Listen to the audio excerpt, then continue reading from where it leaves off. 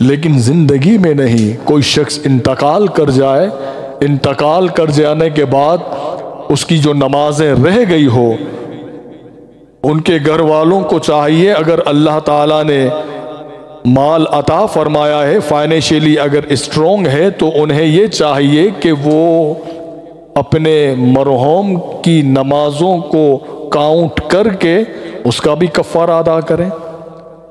اب وہ کفارہ کیا ہے کہ صدقہ ہے فطر. جو صدقہ ہے فطر کی جو اماؤنٹ بنتی ہے، اس سال رمضان میں اس کی اماؤنٹ 5 پاؤنڈ تھی. 5 نمازیں، فجر، ظہر، عصر، مغرب، عشاء، اور پھر ایک تہجد کی نماز. 6 نمازوں کے بدلے میں، یعنی ایک نماز کا ایک فدیہ ہوگا.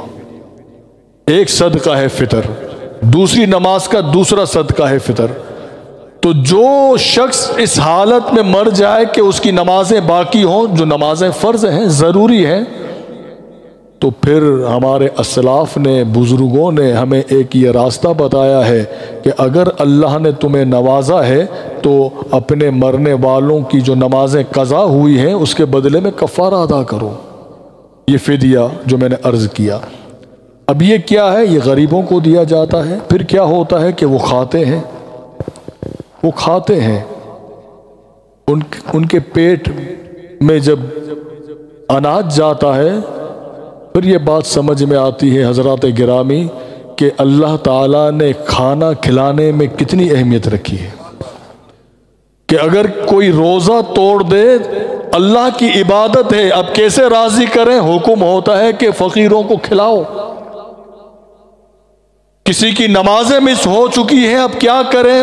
کس طرح کفارہ ادا کریں؟ فدیہ نکالو. کس کو دیں؟ کہ جو حقدار ہے اس کو کھلاؤ. تو یہ اللہ کی عبادت کو کور کرتا ہے کہ اگر کسی کی خدا نہ خواستہ نمازیں مس ہوں یا روزے ان کے مس ہوئے ہوں، تو پھر یہی حکم ہے کہ کھانا کھلایا جائے، لوگوں کو کھلایا جائے. تو اس سے ہم یہ اندازہ لگا سکتے ہیں کہ اللہ تعالیٰ نے کھانا کھلانے میں بڑی برکتیں رکھی ہیں. یقیناً بہت زیادہ برکتیں رکھی ہیں. وہ خوش نصیب ہیں کہ جو کھانا کھلاتے ہیں، جو ہر وقت لنگر کھلاتے ہیں، لوگوں کو بلاتے ہیں، کھلاتے ہیں، اور پھر لوگوں کے نوالوں پر نظر نہیں رکھتے. وہ یہ نہیں کہتے کہ لوگ صرف کھانے کے لیے آئے ہیں.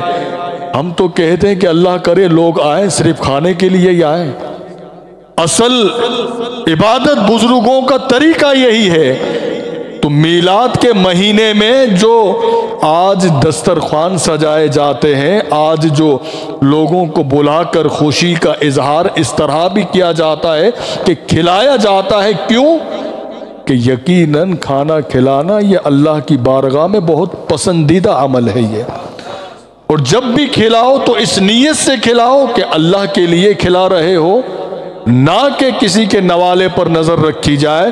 کھانا کھلایا جائے. لوگ ہم پر یہ باتیں کرتے ہیں کہ ختم قادریہ میں، یہ بات میں نے پہلے عرض کی تھی، دوبارہ اس لیے عرض کر رہا ہوں کہ ہمارے مزاج کو سمجھا جائے کہ لوگ ختم قادریہ میں آتے ہیں تو لنگر اس لیے رکھتا ہے کہ لوگ ختم قادریہ میں آئے. ہم نے کہا ختم قادریہ ہم بند کر دیں گے مگر لنگر بند نہیں کریں گے.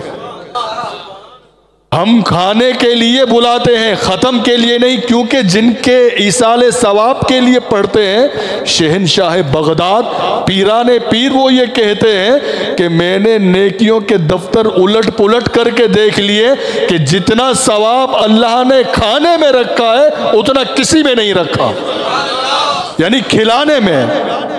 تو یہ طریقہ بزرگوں کا رہا ہے، قلندروں کا رہا ہے کہ جو یہ ہوتے ہیں جو کھلا کر خوش ہوتے ہیں.